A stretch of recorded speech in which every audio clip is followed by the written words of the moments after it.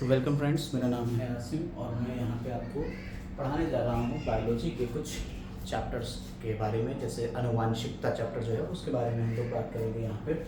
सबसे पहले तो चैनल का नाम हमारे सईद आसिम निवासी सब्सक्राइब जरूर कर लें। आइए तो हम लोग यहाँ पे बात करते हैं आनुवांशिकता की, और आनुवांशिकता क्या होता है उसके बारे में थोड़ा सा ब्रीफ डिस्कशन कर लेते हैं। तो चलिए शुरू करते हैं आनुवंशिकता के बारे में जानकारी लेना कि आनुवंशिकता होता क्या है।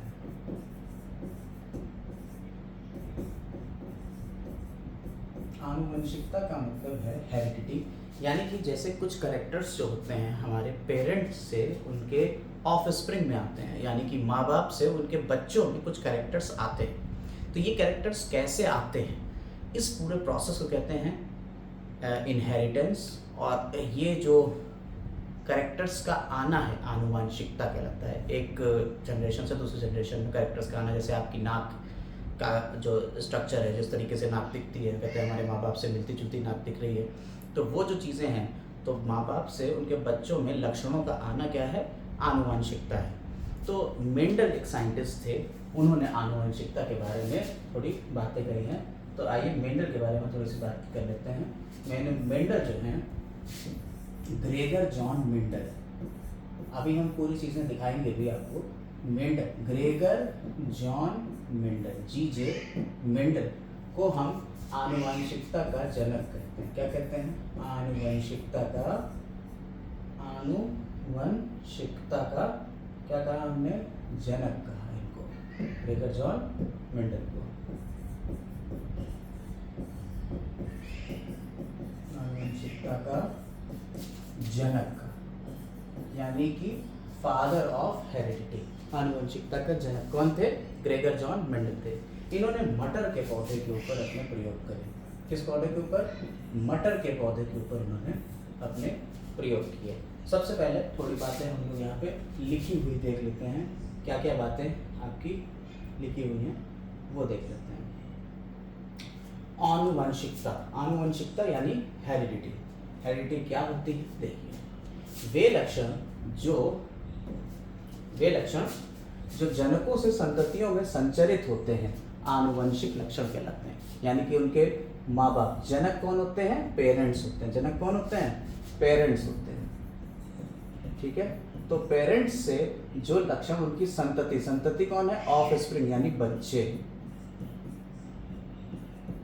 ऑफस्प्रिंग। तो पेरेंट्स से संततियों में जो लक्षण संचरित होते हैं आनुवंशिक लक्षण कहलाते हैं, और जनकों से संततियों में आनुवंशिक लक्षणों के संचरण की क्रियाविधि आनुवंशिकता कहलाती है। तो आनुवंशिकता की परिभाषा आपको यहीं पे मिल जाती है। आनुवंशिकता की परिभाषा क्या है कि आप सबसे पहले लिखोगे कि वे लक्षण जो जनकों से संततियों में संचरित होते हैं आनुवंशिक लक्षण कहलाते हैं, और जनकों से संततियों में लक्षणों के संचरित करने की जो क्रियाविधि है वो आनुवंशिकता कहलाती है। और जीव विज्ञान की, देखिए ये तो हो गई परिभाषा किसकी? आनुवंशिकता की। क्लियर हो गई बात। अब क्या कहते हैं? जीव विज्ञान की वह शाखा जो आनुवंशिकता तथा विभिन्नताओं का अध्ययन करती है आनुवंशिकी यानी जेनेटिक्स कहलाती है। अब फिर से हमने आपको बताया पापा यानी कि फादर कौन है? Gregor Johann Mendel. Gregor Johann Mendel को आनुवंशिकी का जनक माना जाता है। मेंडल के परिणाम आनुवंशिकता के अभिलक्षण माने जाते हैं। जो मेंडल ने परिणाम निकाले, हमने बताया कि मटर के पौधे के ऊपर इन्होंने अपने प्रयोग किए थे। जो मटर के पौधे के ऊपर इन्होंने प्रयोग किए, वो जो परिणाम थे उनको क्या माना जाता है? आनुवंशिकता के अभिलक्षण माने जाते हैं। इसका सारांश निम्नवत है। क्या क्या उन्होंने बातें करी, मेंडल ने क्या क्या बातें बताई? उन्होंने कहा वंशागत होने वाले प्रत्येक लक्षण कारकों के एक युग्म द्वारा निर्धारित होते हैं, और प्रत्येक जीवधारी में प्रत्येक लक्षण के लिए दो ऐसे कारक होते हैं। कारक होते हैं। मेंडल ने क्या बताया कि दो ऐसे फैक्टर हैं जिनकी वजह से लक्षण निर्धारित होते हैं। कारक को हम इंग्लिश में क्या कहते हैं? फैक्टर कहते हैं। तो मेंडल ने क्या बताया? मेंडल ने बताया कि दो ऐसे फैक्टर हैं जिनकी वजह से लक्षण एक जनरेशन से दूसरी जनरेशन में जाते हैं, यानी एक पीढ़ी से दूसरी पीढ़ी में जाते हैं। और वो कारक क्या है? ऐसे दो कारक होते हैं। ठीक, अभी हम आगे इसके ऊपर पूरी चर्चा करेंगे मेंडल ने क्या करा, कैसे करा, लेकिन थोड़ी थोड़ी बातें यहाँ पे हम लोग जानते चले। युग्मक निर्माण के समय जो युग्मक होता है, गैमीट जब बनता है, युग्मक यानी कि गैमीट, गैमीट युग्मक निर्माण के समय ये कारक पृथक हो जाते हैं। कारक जो हैं दो हैं और दोनों अलग अलग होते हैं, और युग्मकों में कारकों के एक युग्म में से एक भी आता है। जैसे मान लो दो कारक थे और जब युग्मक बना तो इनमें से एक कारक इधर आ गया और दूसरा युग्मक बना तो दूसरा कारक इधर आ गया, तो दोनों में से एक एक चले जाते हैं। जब युग्मकों के संयुग्मन संलयित होता है, जब यानी दोनों जुड़ जाते हैं तो युग्म स्थिति पुनः प्राप्त हो जाती है। यानी एक युग्मक ये है, कहीं और से एक और युग्मक आ गया, जब ये दोनों युग्मक मिल जाएंगे तो ये स्थिति पुनः प्राप्त हो जाएगी। देखिए दो आ गए, फिर इस तरह से इन्होंने ये बात कही। अब हम लोग आगे चलते हैं। आगे क्या बात हुई? आगे कह रहे हैं कि जब दो शुद्ध प्रजननी जनकों में जनक जिनमें एक लक्षण के वैकल्पिक रूप होते हैं संकरित करने पर F1 पीढ़ी में केवल एक रूप यानी प्रभावी लक्षण ही आपको प्रकट होगा। प्रथम पीढ़ी में कौन सा आएगा? प्रथम पीढ़ी F1 पीढ़ी में कौन सा आएगा? प्रभावी रूप प्रकट होगा। ठीक है, आप सारी बातें अभी करने वाले हैं, जरा सा रुक जाते हैं। चलिए अच्छा हम लोग यहाँ पे देख ही लेते हैं एक एग्जाम्पल के थ्रू। आइए देखिए मटर के इन्होंने पौधे की कुछ लक्षण दिए, जैसे लंबाई का लक्षण लिया। लंबाई इन्होंने केवल 7 लक्षण लिए थे मटर के, तो लंबाई का जो लक्षण होता है, लंबाई दो तरीके की हो सकती है, या तो लंबे पौधे हो सकते हैं या बौने पौधे हो सकते हैं। ठीक है, लंबे पौधों को यानी टॉल प्लांट्स को हम लोग कैसे लिख देते हैं? टी से लिख देते हैं। ठीक, और बौने पौधों को हम लिखना यानी डॉर्फ प्लांट जो छोटे हैं तो इसका छोटा रूप ले लेते हैं, स्मॉल टी से लिख देते हैं। ठीक है, तो हमने लंबे पौधों को टॉल से और छोटे पौधों को डॉर्फ से दिखा दिया। हमने क्या करा, एक लंबे पौधे और एक बौने पौधे के बीच संकरण कराया। लंबे पौधे यानी टॉल और बौने पौधे यानी कि डॉर्फ के बीच में हमने क्या कराया? एक संकरण कराया, बौने पौधे और लंबे पौधे के बीच में। तो सबसे पहले क्या होता है, इनके युग्मक बनते हैं यानी गैमीट बनते हैं। क्या बना हमारा? युग्मक। क्या बन गया बेटा? युग्मक बना यानी कि गैमीट सबसे पहले हमारा यहाँ बन जाता है। युग्मक कौन बने? जरा देखिए युग्मक कौन बने हैं? एक कैपिटल टी बना और दूसरा स्मॉल टी। ये एक युग्मक, ये दूसरा युग्मक। ऐसे यहाँ क्या स्मॉल टी वाला, ये एक स्मॉल टी, दोनों इधर ले लिए, तो इधर दोनों कैपिटल टी वाले बन गए, इधर स्मॉल टी वाले युग्मक हमारे तैयार हो गए। ठीक है, जो युग्मक हैं ये कैसे हो गए?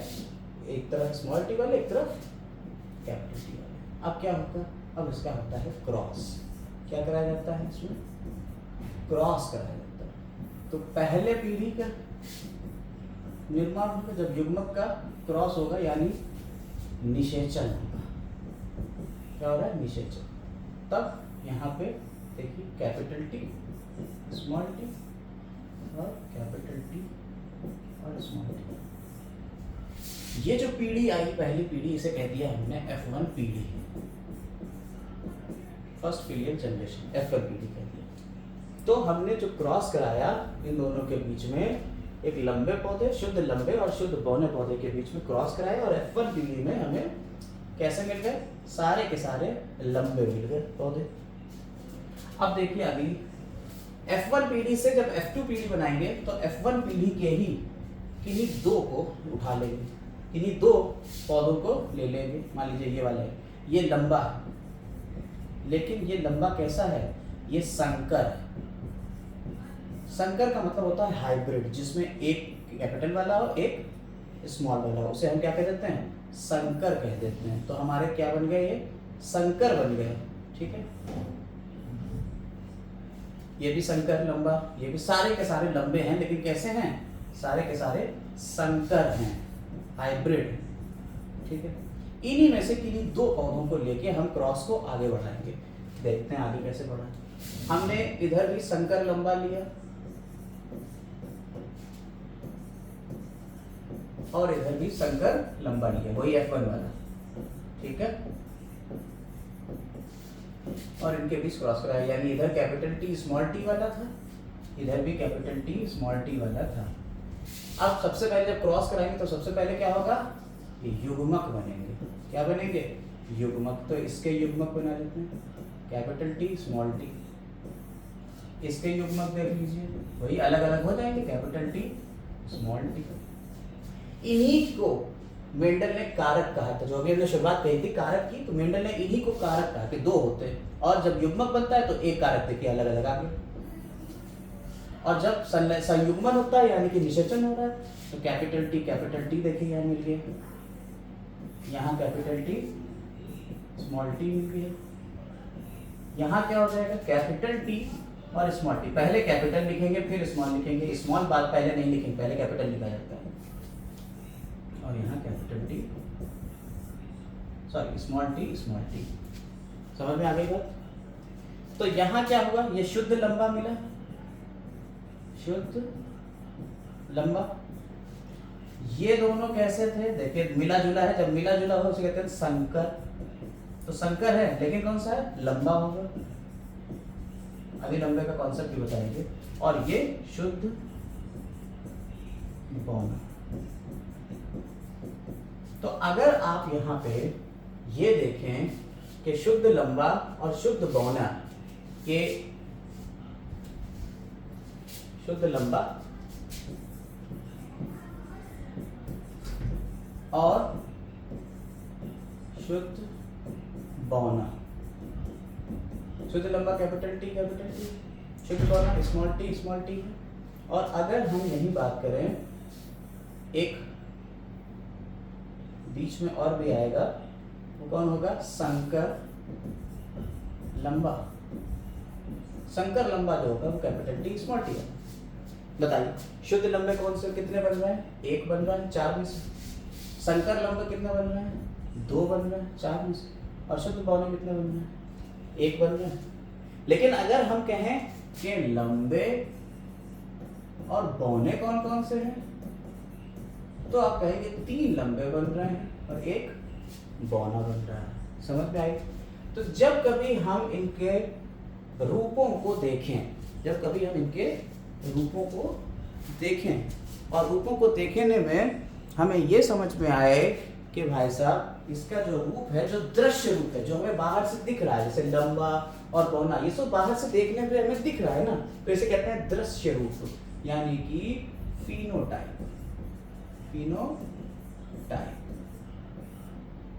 ये है दृश्य रूप। और दूसरे होते हैं जीन्स। देखिए ये हमने कहा संकर है, ये जीन है, तो इसे कहते हैं जीनोटाइप।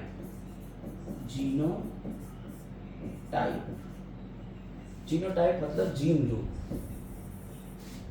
हिंदी में लिख देते हैं जीन रूप, यानी जीनोटाइप। तो जीनोटाइप का अनुपात आता है 1:2:1। जीनोटाइप का अनुपात क्या है, 1:2:1 का है। और फिनोटाइप का अनुपात क्या है, 3:1 का है। इसी चीज को इन्होंने लिखा। और ये जो दूसरी पीढ़ी आई, ये जो पीढ़ी है इसे क्या कहते हैं, F2 पीढ़ी। ये जो पीढ़ी इसे क्या कहती है हमने, F2 पीढ़ी।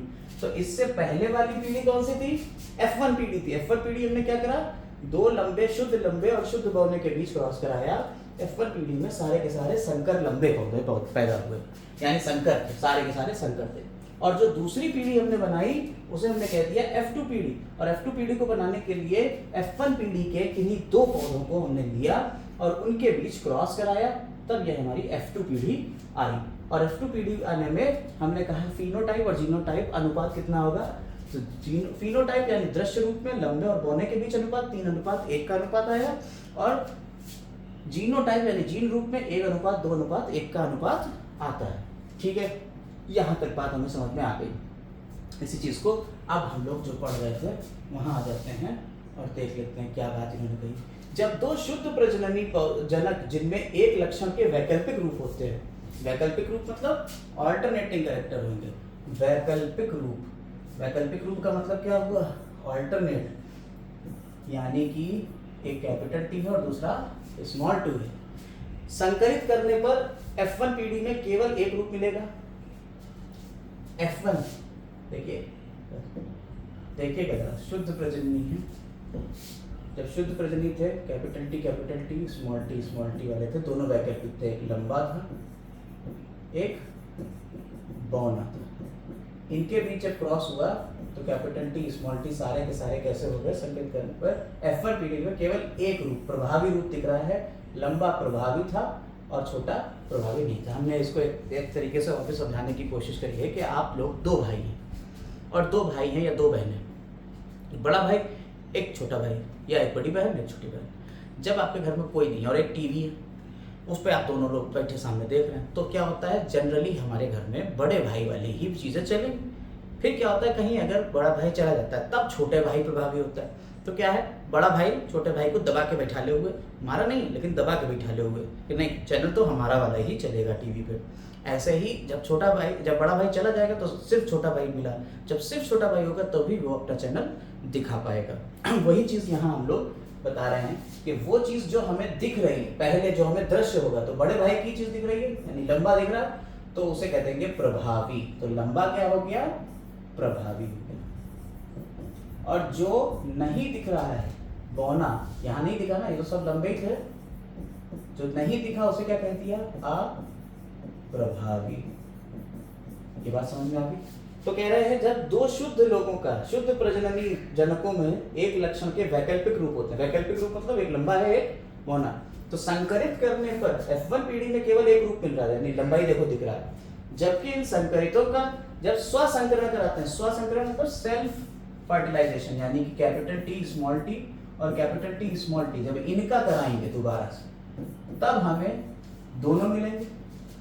तब प्रभावी तथा अप्रभावी रूप के तो कैसे मिलता है, 3:1 में, 3:1 के अनुपात में, 3 में प्रभावी यानी कि कौन सा होगा प्रभावी है, कौन सा है, लंबा, अभी बताया, और 1 क्या होगा, अप्रभावी यानी कि बौना। जैसा कि अभी हमने आपको यहाँ पे दिखाया भी था, देख लीजिए, 3 आपको मिल रहे हैं प्रभावी लंबे वाले और 1 मिल रहा है अप्रभावी बौना वाला, मिल रहा है F2 में, F2 में ही तो हो रहा है, यही तो बात लिखी हुई है, तो यही बात लिखी है, देख लीजिए सर। ठीक, ये मेंडल ने सारी बातें इन्होंने देख के बताई। ये जो कारक हैं, ये जो कारक की बात हुई थी, जो फैक्टर्स थे, ये कारक असतत इकाइयां होती हैं।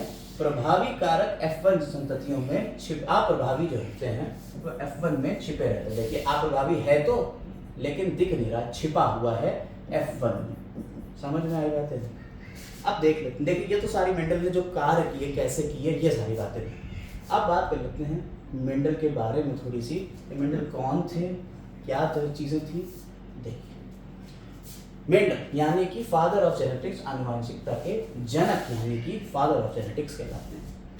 इन्होंने क्या क्या बातें करी हैं उसके ऊपर थोड़ी सी चर्चा करते हैं। जीवों में वंशागति का मूल आधार ये है कि प्रत्येक जीव में सभी संतान अपने माता पिता से समान मात्रा में आनुवंशिक पदार्थ प्राप्त करती है। आनुवंशिक पदार्थ यानी कि डीएनए यानी क्रोमोसोम समान मात्रा में करती है।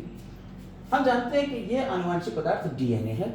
अतः सभी संततियों के लिए केवल प्रत्येक लक्षण के लिए माता और पिता दोनों से डीएनए मिलता है। कुछ डीएनए माता से मिलेगा, कुछ पिता से मिलेगा। अच्छा, डीएनए की फुल फॉर्म क्या होती है, पता है? डीएनए की फुल फॉर्म नहीं पता है, लिख लो, डीऑक्सी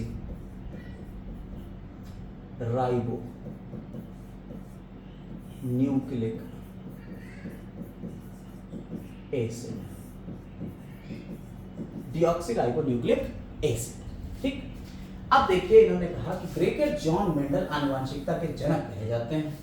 मेंडल का जन्म कब हुआ था? 1822 ईस्वी में ऑस्ट्रिया देश में हुआ था और उसका जो शहर था वो ब्रून्स, और किसान परिवार में हुआ था इनका।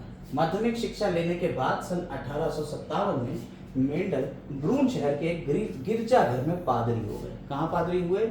गिरजाघर में। अपने अवकाश के समय में गिरजाघर के बगीचे में मेंडल ने मटर के पौधों में संकरण के अनेक प्रयोग किए। जब वो खाली रहते थे तो उन्होंने मटर के पौधे में संकरण के अनेक प्रयोग किए।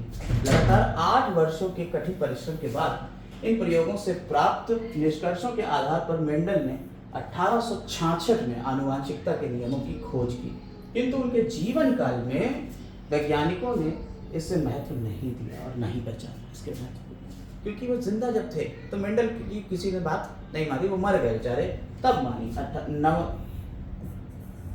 1885 के करीब मेंडल खत्म हो जाते हैं, दुनिया से चले जाते हैं 1886। ठीक है, लगभग 1884 की बात है, ये चले गए थे। 16 साल बाद 1900 में 3 साइंटिस्ट थे, Hugo de Vries, Erich von Tschermak और कार्ल कोरेंस। 3 साइंटिस्ट थे। कौन कौन? ह्यूगो डी व्रीज, शर्मैक और कार्ल कोरेंस। इन्होंने रीडिस्कवर करे इनके खोजें, पुनः डिस्कवरी कर दी इसकी। ठीक, अब हम लोग इसके बारे में, ये तो बात कर ली मेंडल कौन थे, क्या था, थोड़ा सी और बात करते हैं। मेंडल ने मटर के ही पौधे को चुना? मेंडल ने गिरजाघर में ही सारी बातें करी हैं, ये भी बात आपको पता चल गई। मेंडल ने क्यों ही चुना कि मटर का ही पौधा ले? हम कोई और पौधा भी ले सकते थे, मेंडल ने मटर के पौधे को क्यों लिया? मटर के पौधे का चयन निम्न कारणों के आधार पर किया। मटर का पौधा 1 वर्षीय पौधा था, यानी कि 1 वर्ष में ही इसके रिजल्ट परिणाम मिल सकते थे। जो संकरण के प्रयोग थे उनका जो परिणाम था वो 1 साल के अंदर अंदर आ सकता था। 1 वर्षीय पौधा था, तथा इसका जीवन चक्र छोटा होता है, जिससे कुछ ही समय में अनेक पीढ़ियों पर अध्ययन करना संभव हो सका। भाई आम लेते तो आम तो कई पीढ़ियां निकाल देता, वही आदमी मर जाता जो रिसर्च कर रहा था। पहली बात क्या है? इसका जीवन काल, यानी 1 वर्षीय पौधा है, जीवन चक्र छोटा है, जिससे कुछ ही समय में अनेक पीढ़ियों का अध्ययन किया जा सकता है। इनके पुष्पों में नर तथा मादा जननांग एक ही पुष्प में होते हैं। और तीसरा पॉइंट यहाँ लिखा हुआ है इसमें कृत्रिम परागण द्वारा संकरण कराया जा सकता है। स्वनिषेचन के कारण मटर के पौधे समयुग्मति, अतः पीढ़ी दर पीढ़ी इसके पौधे शुद्ध लक्षण वाले बने रहते हैं। स्वनिषेचन भी होता है तो पीढ़ी दर पीढ़ी शुद्ध लक्षण इनके मिलते रहते हैं। मटर के पौधे में बहुत से ऐसे लक्षण मिलते हैं जो एक दूसरे के विपरीत होते हैं, कंट्रास्टिंग होते हैं। जैसे कि अभी हमने आपको बताया, एक लंबा होता है तो दूसरा बौना है, कंट्रास्टिंग है, एक दूसरे के विपरीत। कोई सफेद है तो काली चीज पहना हुआ है तो कंट्रास्टिंग। ये बातें, इस वजह से इन्होंने क्या करा, मेंडल ने मटर का पौधा लिया था। ये याद कर लीजिएगा, 4 पॉइंट है 5 कि मेंडल ने मटर का पौधा क्यों लिया। पहला, दूसरा, तीसरा, चौथा और 5वां। 5 पॉइंट में हमने आपको समझाया कि मेंडल ने मटर का ही पौधा क्यों चुना। आगे बढ़ते हैं, स्क्रीनशॉट ले लीजिएगा, अगर कुछ आपको समझ में नहीं आता है तो स्क्रीनशॉट लेके आगे बढ़ लीजिएगा। तीसरी बात, मेंडल के मटर पर प्रयोग।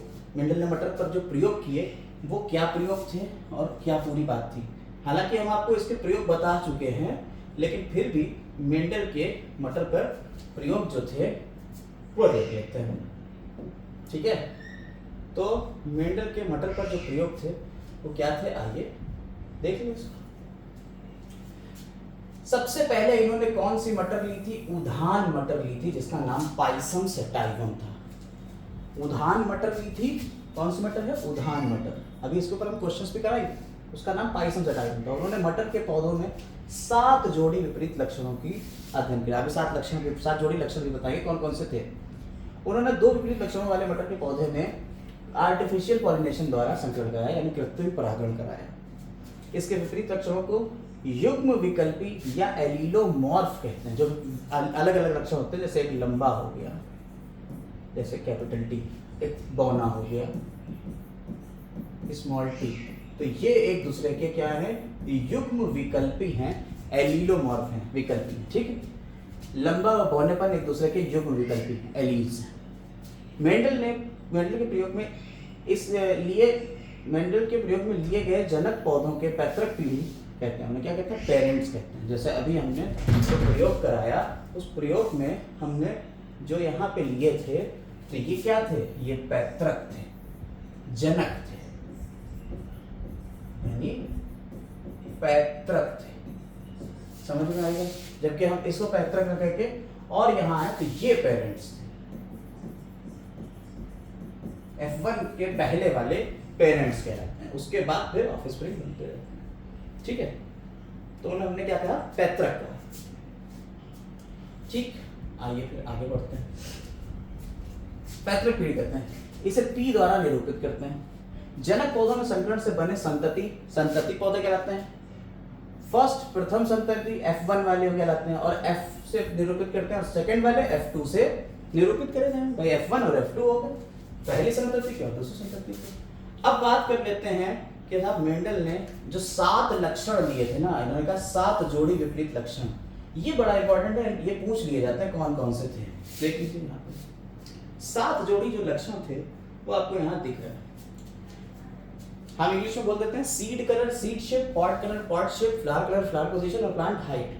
यहाँ पर दिखा देते हैं आपको पौधे की लंबाई। सबसे पहले इसका कोई जोड़ा नहीं, पौधे की लंबाई, ये लंबा हो सकता है या बौना हो सकता है, यानी कि टॉल हो सकता है या डॉल हो सकता है। ऐसे ही गोल यानी राउंड हो सकता है या रिंकल्ड हो सकता है, झुर्रीदार। ऐसे ही पीला यानी कि येलो हो सकता है या हरा यानी कि ग्रीन हो सकता है। ये क्या है? बीज की आकृति की बात करी जाती है तो बीज की आकृति, बीज गोल हो सकता है या झुर्रीदार हो सकता है। बीज का रंग येलो हो सकता है या ग्रीन यानी पीला हो सकता है या हरा हो सकता है। पुष्प का रंग यानी फ्लावर कलर की बात करें, बैगनी यानी कि वायलेट या सफेद यानी व्हाइट। पुष्प की स्थिति कक्षस या अग्रस्त यानी कि एक्सिलरी या टर्मिनल।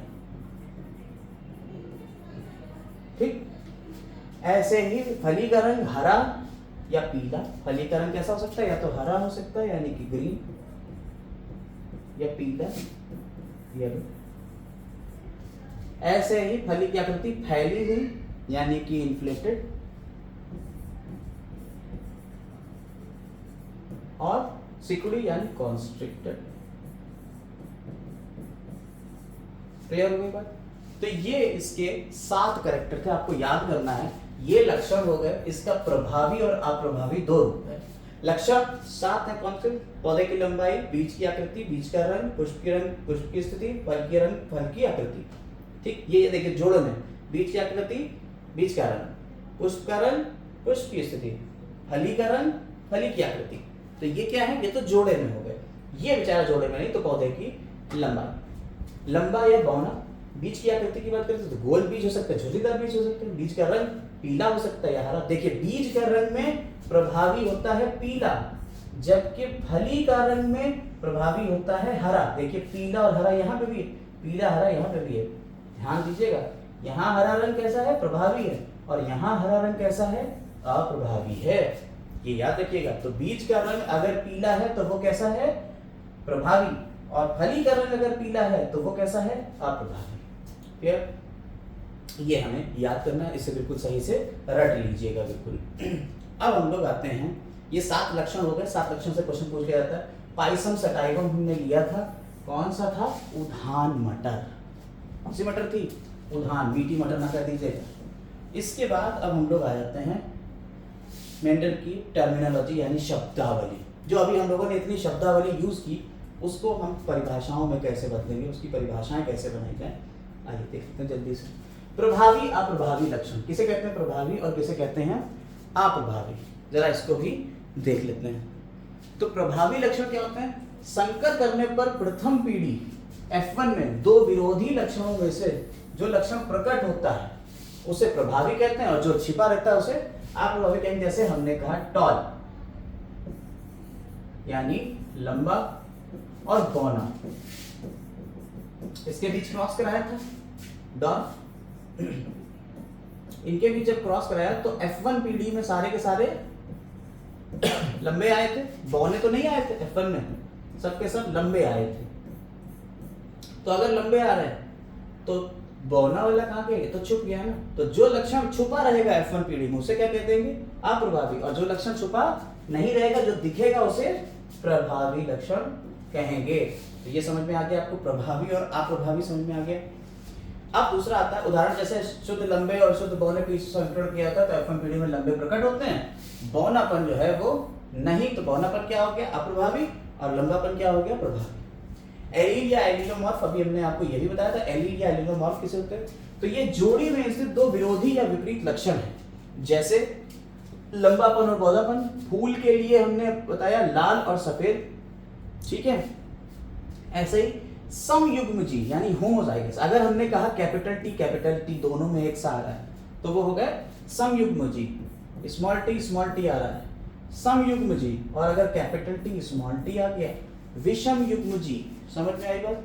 तो समयुग्मजी यानी जब युग्मक में दोनों जीन एक जैसे हों, यानी कैपिटल टी हो, दोनों जीन प्रभावी या दोनों जीन अप्रभावी हो उन्हें समयुग्मी। दोनों जीन देखिए यहाँ प्रभावी और दोनों जीन अप्रभावी, तो ये समयुग्मी। और हाइब्रिड क्या हुआ, विपरीत लक्षणों वाले नर और मादा विशेषण के फलस्वरूप संतानों में संकर पैदा होते हैं। ये देखिए हाइब्रिड हो गया, संकर, देखिए नर और मादा दोनों में निषेचन हुआ और एक मेल और एक फीमेल पैदा हुआ, इसको हमने क्या कह दिया, हाइब्रिड कह दिया। ये संकर होते हैं हमारे, ठीक, capital T small T.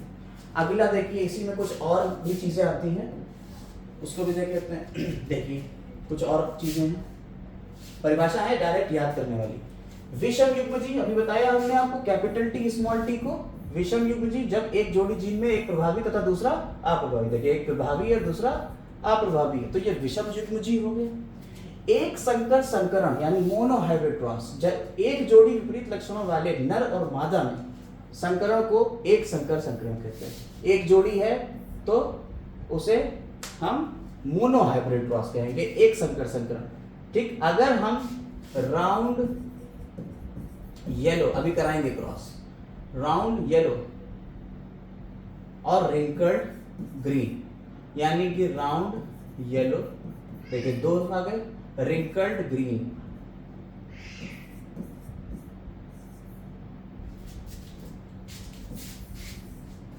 Wrinkled green के लिए इसके बीच अगर क्रॉस करा, देखिए एक लक्षण तो हो गया राउंड और येलो, ये हो गया सीड का कलर, बीज का रंग, और दूसरा लक्षण हो गया येलो राउंड और रिंकल्ड, और येलो और ग्रीन। तो येलो और ग्रीन क्या हो गया, बीज का रंग, तो बीज का आकार और बीज का रंग, दो लक्षण ले लिए हमने। अगर दो लक्षणों के बीच क्रॉस कराएंगे तो उसे डाई हाइब्रिड, दो ही संकर संकरण, जब दो जोड़ी विपरीत लक्षणों वाले नर और मादा में संकरण कराया जाए तो उसे हम डाई हाइब्रिड क्रॉस करेंगे। अब आता है जीनोटाइप और फिनोटाइप। हमने आपको बताया जीन रूप और दृश्य रूप। दृश्य रूप जो दिख रहा है, जैसे आपकी लंबाई दिख रही है, चौड़ाई दिख रही है, तो आप तो सफेद दिख रहा है, काला दिख रहा है, ये सारी चीजें आपकी क्या है, दृश्य रूप है, दिख रहा है। लेकिन अगर आपसे कहा जाए किस जीन की वजह से काले हैं, या किस जीन की वजह से लंबे हैं, किस जीन की वजह से मोटे हैं, तो उसे क्या कहते हैं, जीन रूप। तो क्या हो गया, जीनोटाइप मतलब जीन रूप, जैसे कैपिटल टी स्मॉल टी, ये क्या हो गया, जीनोटाइप हो गया। और फिनोटाइप यानी कि दृश्य रूप, यानी कि आपने कहा कैपिटल टी की वजह से लंबाई आती है लंबा, इसकी वजह से कैसा आता है, बौना, तो लंबा और बौना क्या हो गए, इसके फिनोटाइप हो गए।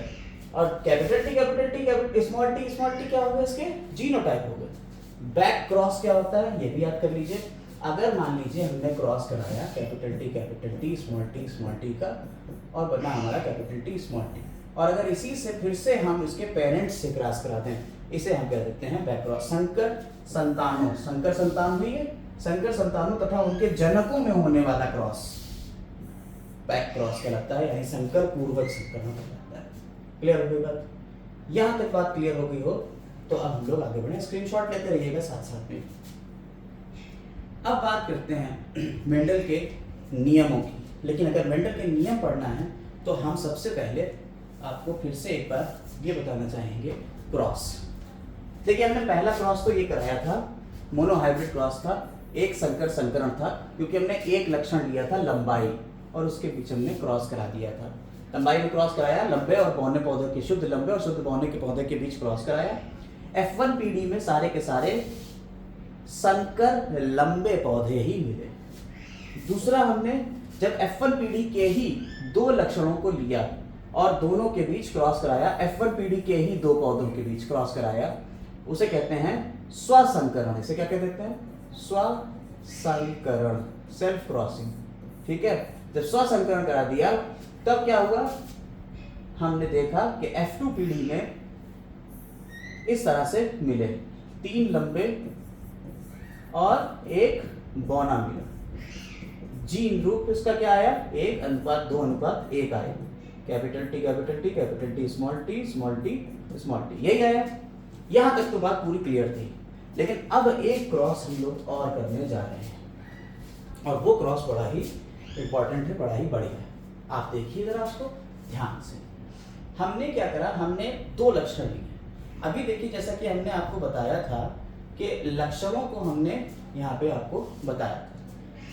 कितने लक्षण लिए हैं, 7 लक्षण थे मेंडल के। इन 7 में से हम 2 लक्षणों को यहाँ चुनेंगे। राउंड येलो और रिंकल्ड ग्रीन, यानी कि बीज की आकृति और बीज के रंग, ये दो लक्षण हम लेने वाले हैं।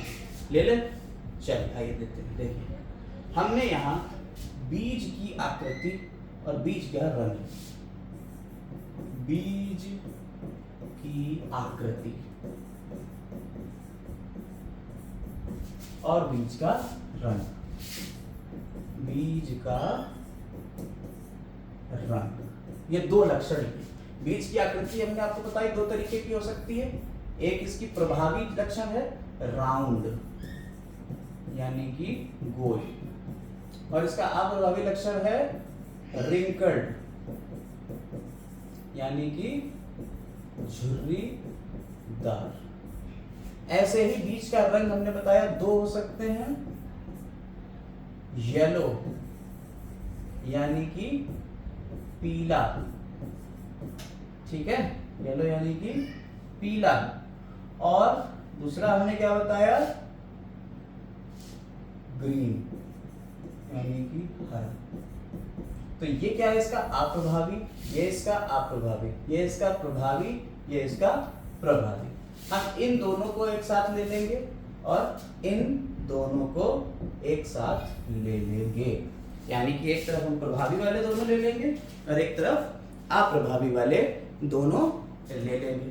तो देखिए प्रभावी वाले जो दोनों लिए हमने, तो राउंड येलो आएगा, राउंड येलो, ठीक है।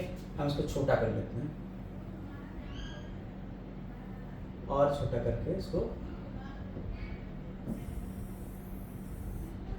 ढाके इधर ले जाते हैं, ठीक है, देख तो रहा ही होगा आपको।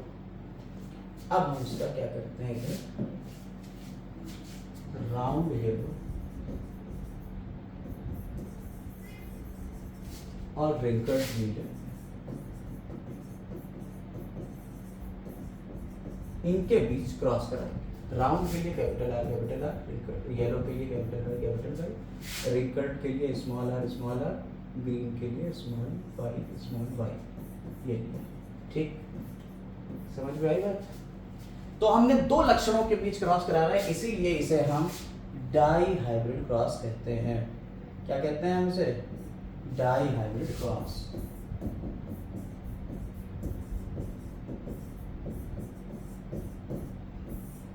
द्वि संकरण, ठीक। कैसे इसके जीन बनने लगे, कैपिटल आर कैपिटल वाई, ये इसका बन गया जीन। ये इसके जनक हैं यानी पेरेंट हैं, पी से लिखते हैं जनक को, और इसका गैमीट बनाए यानी युग्मक, ठीक। यहाँ युग्मक क्या बनेंगे, स्मॉल आर स्मॉल वाई। अब इनके बीच क्रॉस हुआ, हमारा F1 जनरेशन बन गई। F1 जनरेशन कैसे बनाई जाएगी, पहले कैपिटल आर लिख लो, फिर स्मॉल आर वाले साथ, ऐसे कैपिटल वाई फिर स्मॉल वाई, ये साथ साथ लिख लीजिए। ये जो जनरेशन बनी इसे हमने कह दिया प्रथम पीढ़ी, यानी F1 जनरेशन। प्रथम पीढ़ी में हमारा ये आ गया कैरेक्टर निकल के। अब हम आते हैं द्वितीय पीढ़ी। दूसरी पीढ़ी के लिए हमें प्रथम पीढ़ी के दो पौधों को लेना पड़ेगा, जैसा कि हमने पीछे किया था। अब हम दूसरी पीढ़ी बनाएंगे, ठीक है। और दूसरी पीढ़ी बनाने के लिए हमने क्या करा, हमने उठाया capital R capital Y small Y, ऐसे ही capital R capital Y small Y, दो ले लिए हमने, पहली पीढ़ी वाले ही दो ले लिए, ठीक। अब इनके हम जीन बना लेंगे, जीन यानी गैमेट्स। गैमेट्स बनाने के लिए क्या करिए, कैपिटल आर कैपिटल वाई को एक बार लिख लीजिए, कैपिटल आर कैपिटल वाई, दूसरा लिख लीजिए कैपिटल आर स्मॉल वाई, ऐसे स्मॉल आर के साथ में ये पहले कैपिटल वाई फिर स्मॉल वाई, ऐसे कैपिटल आर स्मॉल वाई, ठीक। ये ऐसे बिल्कुल ऐसे ही इसके भी गैमेट होंगे। तो अब ये बहुत लंबा हो जाएगा क्रॉस, इसके लिए पुनेट स्क्वायर मेथड होता है, और पुनेट स्क्वायर मेथड में हम क्या करेंगे, हम टेबल लेंगे,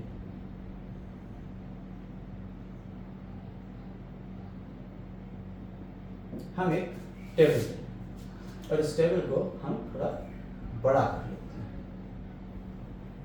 इस टेबल को हम थोड़ा बड़ा करते हैं और इसमें हम थोड़ा क्रॉस करेंगे। हमने क्या करा, हमने इसी टेबल में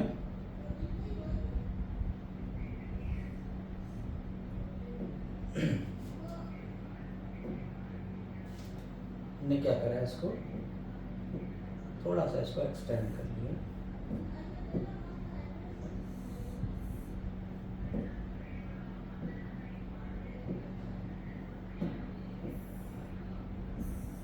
ठीक, और यहाँ हमने लाइन खींच दी।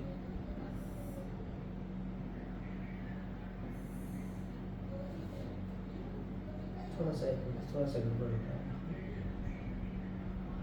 इस टेबल को हटा ही देते हैं पहले यहाँ से, इसको ऊपर लाते हैं।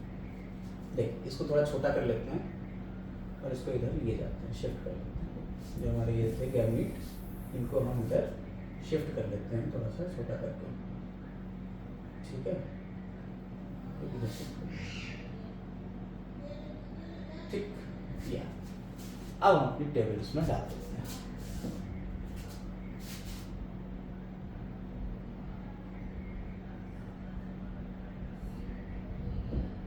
ठीक है, इस टेबल को हम उसी लाइन और ऐड करेंगे यहाँ से। देखिए, ये जो गैमीट हमने बनाए हैं, ये गैमीट हम एक को मेल और एक को फीमेल ले लेंगे। गैमीट मेल वाले में भी रख देंगे capital R, capital Y, capital R, small Y, small R, capital Y, small R, small Y. ठीक, ऐसे ही इधर भी कर लेंगे, capital R, capital Y, capital R, small Y, small R, capital Y, small R, small Y. और अब इनके बीच हम क्रॉस करेंगे। जब इनके बीच क्रॉस करेंगे कैसे होगा, आइए इसको भी देख लेते हैं। देखिए, पहले आप लिखेंगे इसमें कैपिटल आर, एक इधर से उठाया, एक इधर से उठाया, फिर कैपिटल वाई, एक इधर से, बिल्कुल ऐसा ही यहाँ आर और वाई।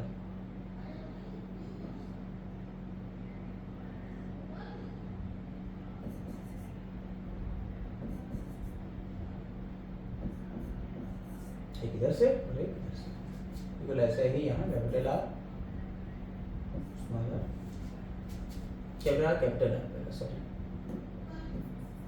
और यहाँ कैपिटल वाई, स्मॉल। इस तरह से हम पूरा यहाँ पे भरते चले जाएंगे और ये हमारी पूरी टेबल हो जाएगी पूरी।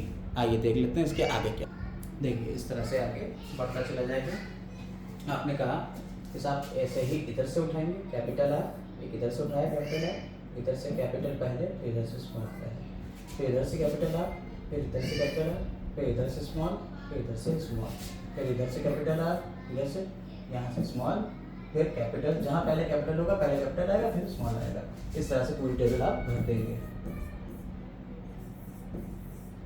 ठीक है, ऐसे यहाँ आ जाएंगे, capital R, small R, capital Y, capital Y, capital R, small R, capital Y, small Y, फिर कैपिटल आर, पहले यहाँ स्मॉल, फिर यहाँ भी स्मॉल, फिर कैपिटल वाई, और शायद यहाँ भी।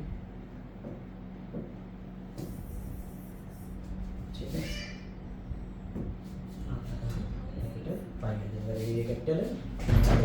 ठीक, फिर small R, small R, small R. Likewise यहाँ पे भी आप capital R, small R, capital Y, small Y, यहाँ capital R, small R, small Y, small Y, इधर small R, capital Y, small Y, और यहाँ small R, small Y, small Y. ये हमारे हो गया पूरा तैयार। और इसको जो है हम क्या कर रहे हैं, थोड़ा सा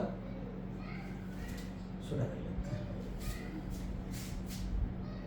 ठीक है, इसको हम थोड़ा सा छोटा कर लेते हैं।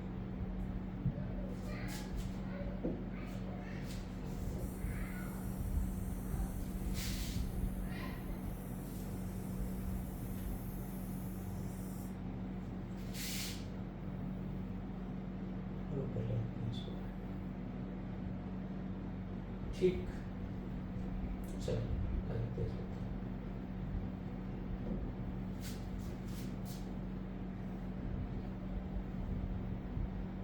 ठीक है,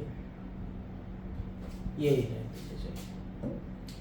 अब आपने कहा कि साहब हमारे पास जो ये है इनके नाम कैसे लिखे जाए, ये क्या बना, तो ये बना राउंड, देखिए राउंड हो गया, और ये भी फिर राउंड हो गया, और ये येलो हो गया। जो बड़ा वाला है वही लिखेंगे, ठीक, इस तरह से ये पूरा आता है। आइए इसका हम पूरा आपको यहाँ पे करते हैं। तो इसमें ये पूरा आगे होगा, करते करते हमें ये पता चलेगा कि इसमें round yellow, wrinkled yellow, round green,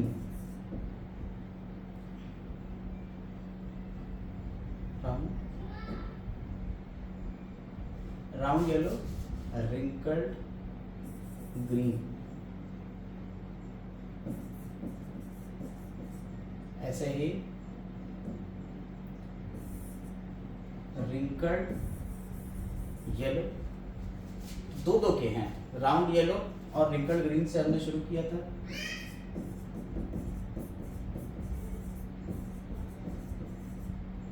ऐसे ही ये यहां से शुरू किया था ना, राउंड येलो रिंकल्ड ग्रीन से, रिंकल्ड येलो और राउंड ग्रीन, रिंकल्ड येलो और राउंड ग्रीन, दो नए मिल जाएंगे।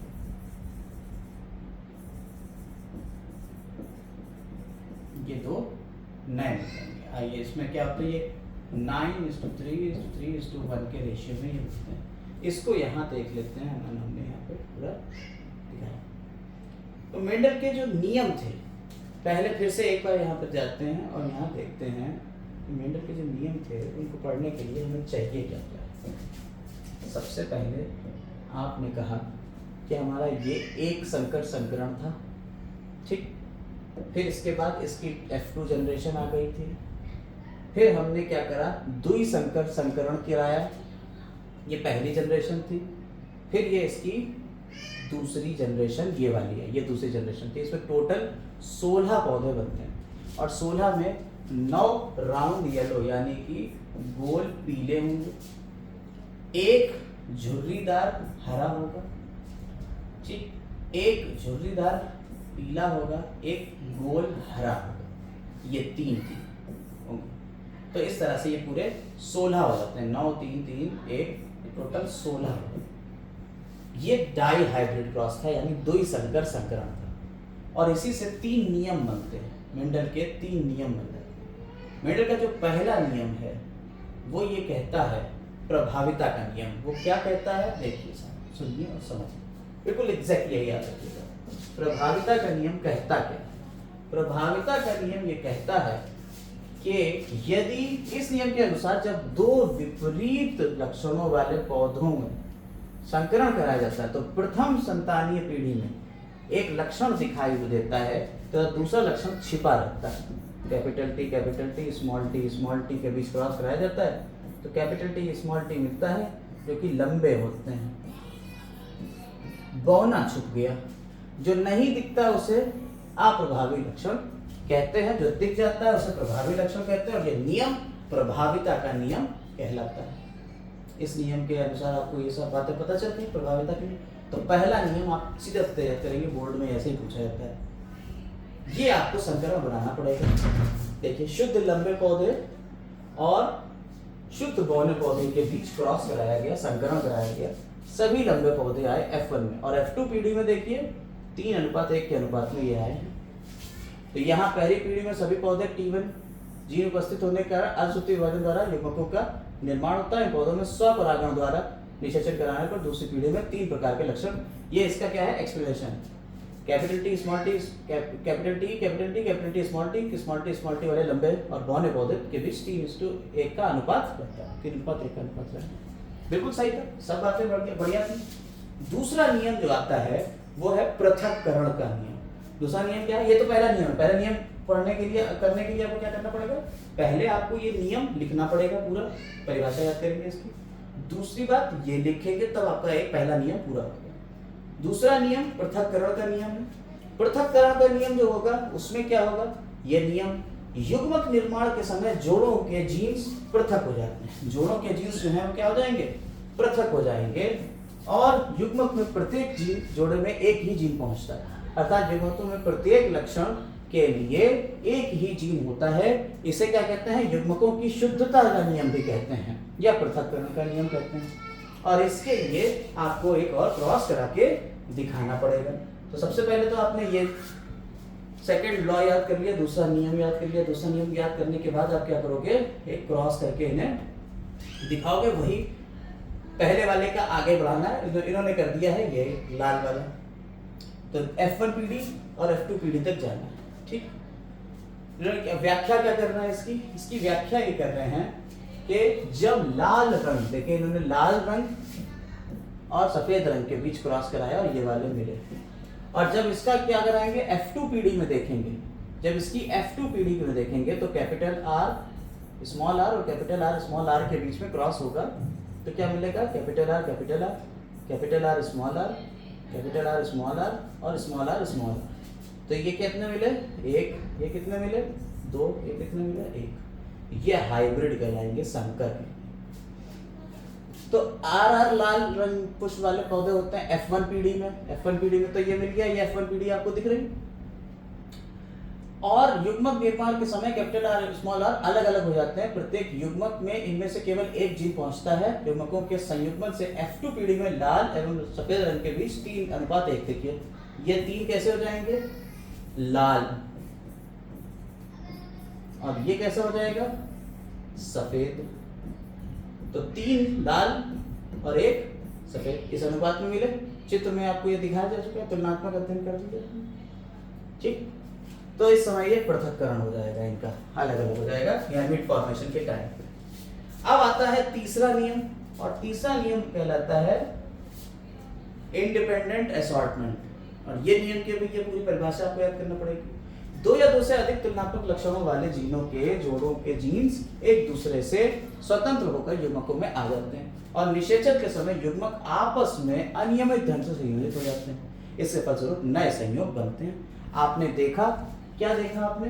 आपने देखा राउंड येलो और रिंकल्ड ग्रीन के बीच क्रॉस कराया।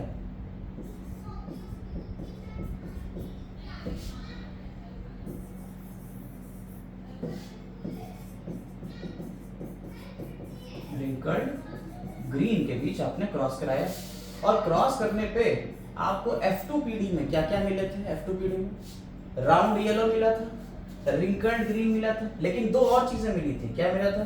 राउंड ग्रीन मिला और रिंकल्ड येलो मिला। ये भी तो मिले थे। राउंड येलो कितने थे? 9। ये कितना था? 1।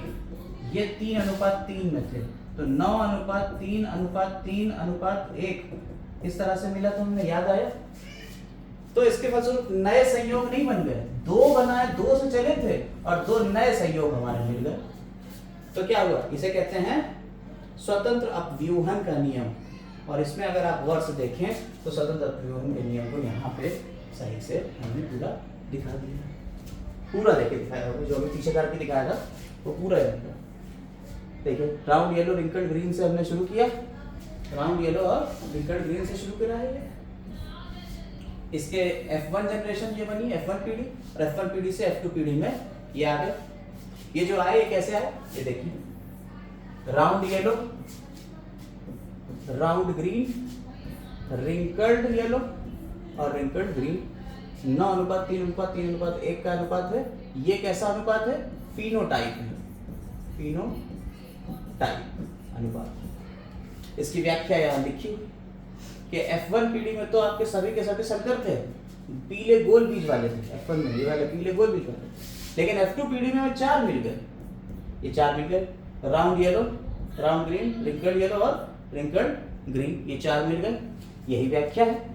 समझ में आएगा? चलिए याद रखिएगा, जब आपको कभी 5 नंबर में क्वेश्चन आएगा तो ये आपको पूरी व्याख्या के साथ में लिखना पड़ेगा। अब लिंग निर्धारण हम लोग बाद में पढ़ेंगे, उसके पहले हम चलिए अच्छा लिंग निर्धारण पढ़ लेते हैं। देखिए सर, लिंग निर्धारण जो होता है इसमें सेक्स डिटर्मिनेशन की बात आती है। और सेक्स डिटर्मिनेशन क्या होता है? सेक्स डिटर्मिनेशन डिटरमिनेशन यानी लिंग निर्धारण क्या होता है। लिंग निर्धारण का मतलब है आपका कौन सा सेक्स बनेगा, आप पैदा होंगे तो मेल होंगे या फीमेल, ये कैसे पता लगता है। तो बस इसके लिए बहुत छोटी सी बात है, आपने कहा आपके अंदर क्रोमोसोम होते हैं, अगर मेल होगा, क्रोमोसोम कितने होते हैं आपके अंदर, एक कोशिका के अंदर 46 क्रोमोसोम होते हैं और 46 क्रोमोसोम दो तरीके के होते हैं, एक होता है ऑटोसोम और दूसरे होते हैं सेक्स क्रोमोसोम। ऑटोसोम होते हैं 44 और सेक्स क्रोमोसोम होते हैं 2, यानी कि 22 जोड़ी आपके ऑटोसोम होते हैं जो लड़का लड़की सब में होते हैं एक से, और सेक्स क्रोमोसोम होते हैं एक जोड़ी, जो कि यहाँ दो अलग अलग तरीके से हो सकते हैं। अगर मेल होगा, पुरुष होगा, तो उसमें एक्स वाई तरीके के होंगे, अगर फीमेल होगा यानी कि स्त्री होगी, ठीक है, अगर यहाँ फीमेल होगी तो क्या होगा, उसमें एक्स प्रकार के होंगे, एक्स प्रकार के, ये सेक्स क्रोमोसोम यानी लिंग गुणसूत्र कहलाते हैं। ठीक है, तो आपने कह दिया कि साहब यहाँ लिंग गुणसूत्र की हम लोग चर्चा कर, अगर कोई युग्मक जिसमें एक्स है, अगर मान लीजिए फीमेल और मेल, इनके बीच क्रॉस हो, तो मेल में एक्स वाई होगा, फीमेल में एक्स एक्स होगा, इनके बीच क्रॉस होगा तो सबसे पहले युग्मक बनेंगे, हमने आपको बताया, और युग्मक में क्या होगा, एक एक ये अलग हो जाएगा, कैपिटल एक्स अलग, एक्स अलग, इधर क्या हो जाएगा, एक्स अलग और वाई अलग, क्रॉस हो रहा, निषेचन हो रहा, ये क्रॉस को हम लाल रंग से दिखा दें, ज्यादा सही रहेगा। ठीक है, अब क्या हो रहा है, अगर ये क्रॉस होगा तो प्रोबेबिलिटी ये रहेगी, संभावना ये रहेगी कि हो सकता है ये इससे या इससे, ऐसे ये इससे या ये इससे जुड़ जाए। तो अगर ये होगा तो लड़का पैदा होगा, ये होगा तो लड़का पैदा होगा, ये होगी तो लड़की पैदा होगी, यानी ये फीमेल और ये मेल के लिए होगा। क्लियर हो गई बात। ये इस तरह से लिंग निर्धारण होता है, यही चीजें यहाँ दी हुई है, आगे देख लेते हैं। मनुष्य में 46 गुणसूत्र होते हैं। मनुष्य कितने गुणसूत्र हैं, 46 गुणसूत्र होते हैं, यानी कि 22 जोड़ी तुम्हारे कायिक गुणसूत्र यानी कि दूसरे वाले, और सिर्फ 2 यानी कि एक जो है आपका गुणसूत्र जो है, इन्हें क्या कहते हैं, सेक्स क्रोमोसोम कहते हैं। एक्स वाई नर में और एक्स एक्स मादा में होंगे। ठीक, यही बात होगी। अब जरा देखिए, शिशु का लिंग निर्धारण निषेचन के समय ही हो जाता है। अब निषेचन कैसे होगा, या तो इस तरीके से होगा ताकि नर बन जाएगा और मादा बन जाएगी, नर और मादा। ये स्मरणीय है कि शिशु का लिंग गुणसूत्र शुक्राणु के प्रकार पर निर्धारित होता है, तो निषेचन के समय अंडाणु के साथ संलग्न होता है, और लिंग निर्धारण की दी गई प्रक्रिया क्रियाविधि XY क्रियाविधि कहलाती है। आइए अब इससे रिलेटेड कुछ क्वेश्चंस कर लेते हैं। जो इतनी देर अभी हम लोगों ने काम किया, इतना पढ़े, अब इसके ऊपर कुछ क्वेश्चंस कर लेते हैं। आइए देख लीजिए। सबसे पहला क्वेश्चन यहाँ क्या है, फटाफट निपटाएंगे। निम्नलिखित में किस पौधे में मेंडल ने आनुवंशिकता संबंधी प्रयोग किया था? किसके ऊपर करे थे? टमाटर, बैगन, मटर, सरसों। अरे भाई मटर के ऊपर ही तो करे थे। मेंडल के अनुसार निम्न में से कौन सा जीनोटाइप यानी जीनोटाइप प्रारूप मटर में लंबे तने तथा झुर्रीदार बीजों को व्यक्त करता है? लंबा तना यानी लॉन्ग स्टेम यानी टॉल, और झुर्रीदार यानी कि रिंकल्ड, तो टीटी आ रहा। मटर के लंबे पौधे टीटी और बौने पौधे के व्यक्त क्रॉस कराता है, प्रथम पीढ़ी में मिलेंगे। अगर कैपिटल टी और स्मॉल टी के बीच क्रॉस कराते हैं तो कैपिटल टी स्मॉल टी मिलता है, और कैपिटल टी चूंकि प्रभावी है तो सिर्फ और सिर्फ यही वाला दिखेगा, यानी सिर्फ और सिर्फ लंबे पौधे ही दिखेंगे। तो सभी पौधे कैसे होंगे? लंबे। सभी पौधे कैसे होंगे? लंबे होंगे। क्लियर हो गई बात। मेंडल का प्रायोगिक पौधा है, प्रायोगिक पौधा कौन सा है मेंडल का? मीठी मटर थी या उद्यान मटर थी? भैया उद्यान मटर थी। आनुवंशिकता के पप्पा कौन? ग्रेगन जॉन मेंडल। इसके बाद आनुवंशिकता के मेंडल प्रसिद्ध हैं। मेंडल किस लिए प्रसिद्ध है? आनुवंशिकता के क्षेत्र में प्रसिद्ध हैं। मटर के पौधे पर अपने प्रयोगों में मेंडल ने किस लक्षण का प्रयोग नहीं किया? देखिए लक्षण कौन कौन से थे, मेंडल ने कौन कौन से लक्षणों को लिया था वो यहाँ आपको पता है। ये देख लीजिए 7 लक्षण थे, पौधे की लंबाई, बीज की आकृति, बीज का रंग, पुष्प का रंग, पुष्प की स्थिति, फल की रंग और फल का रंग, यानी seed colour, seed shape, pot colour, pot shape, flower colour, flower position और प्लांट हाइट। अब वो कह रहा है इसमें से कौन सी चीज इसमें नहीं ली, तो अगर आपको ये 7 याद है तो बस वही होगी जो आखिरी वाली होगी। पुष्प की स्थिति ले लिया था, बीज का रंग, फली की लंबाई, बीज की आकृति, फली की लंबाई, भाई साहब फली की लंबाई कोई ऐसी चीज दी थी?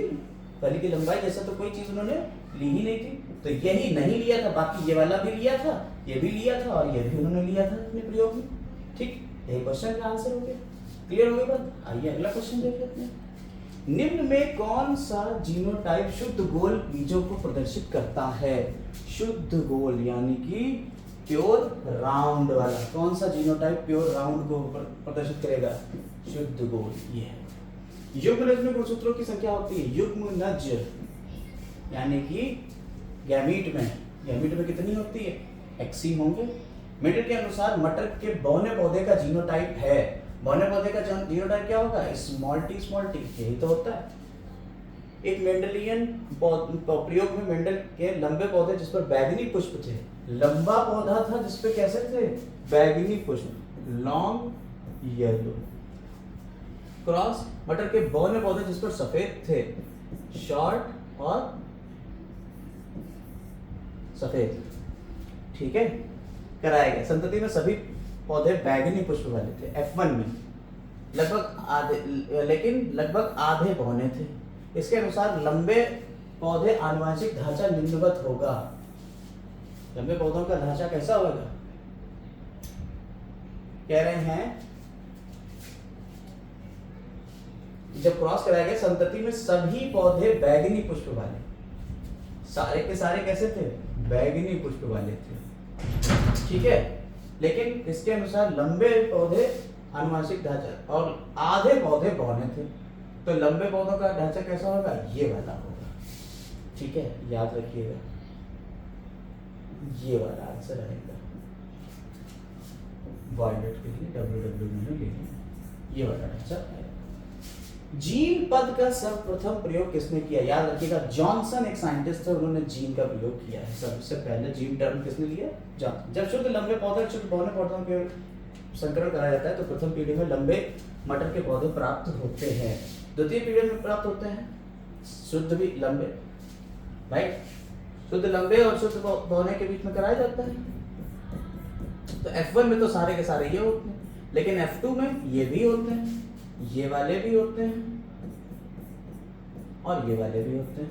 तीनों तरीके से होते हैं, शुद्ध लंबे भी होते हैं, संकर लंबे भी होते हैं और शुद्ध बौने भी होते हैं। एक संकर संकरण में F1 पीढ़ी में शुद्ध लक्षण का प्रतिशत अनुपात, F1 पीढ़ी में सारे एक संकर संकरण में F1 पीढ़ी में शुद्ध लक्षण तथा संकर पौधों का प्रतिशत अनुपात होगा 1:1 ही होगा।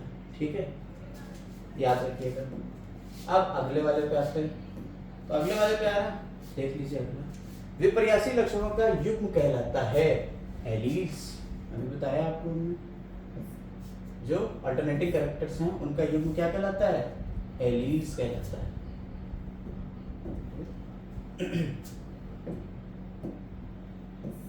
ठीक, पुष्प में लाल रंग प्रभावी लक्षण है, इसका वैकल्पिक क्या होगा? लाल का क्या होगा? श्वेत।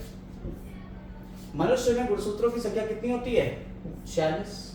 मनुष्य में कायिक गुणसूत्रों की संख्या होती है 22। निम्न में कौन सा मानव मादा का जीनोटाइप होगा? फीमेल वाला कौन सा होगा? XY? नहीं, XY क्यों आएगा? XY तो मेल के लिए होता है, मादा का क्या होगा? XX। एक संकर संकरण का फिनोटिपिक अनुपात है, एक संकर संकरण का फिनोटिपिक अनुपात 1:3, 3:1। एक संकर संकरण का जीनोटाइप क्या होगा? 1:2:1। और इसी के साथ आपकी ये पूरी वीडियो समाप्त हो जाती है। उम्मीद कर रहे हैं आपको मज़ा आया होगा। पूरा लेक्चर आपका एक ही चैप्टर एक ही वीडियो में हमने कंपाइल कर दिया है। उम्मीद कर रहे हैं आपको मज़ा आ रहा है। अगर अच्छा लगा है तो चैनल को सब्सक्राइब करें। कुछ भी ना समझ में आया हो तो नीचे कमेंट में आप हमसे पूछ सकते हैं। Have a nice day.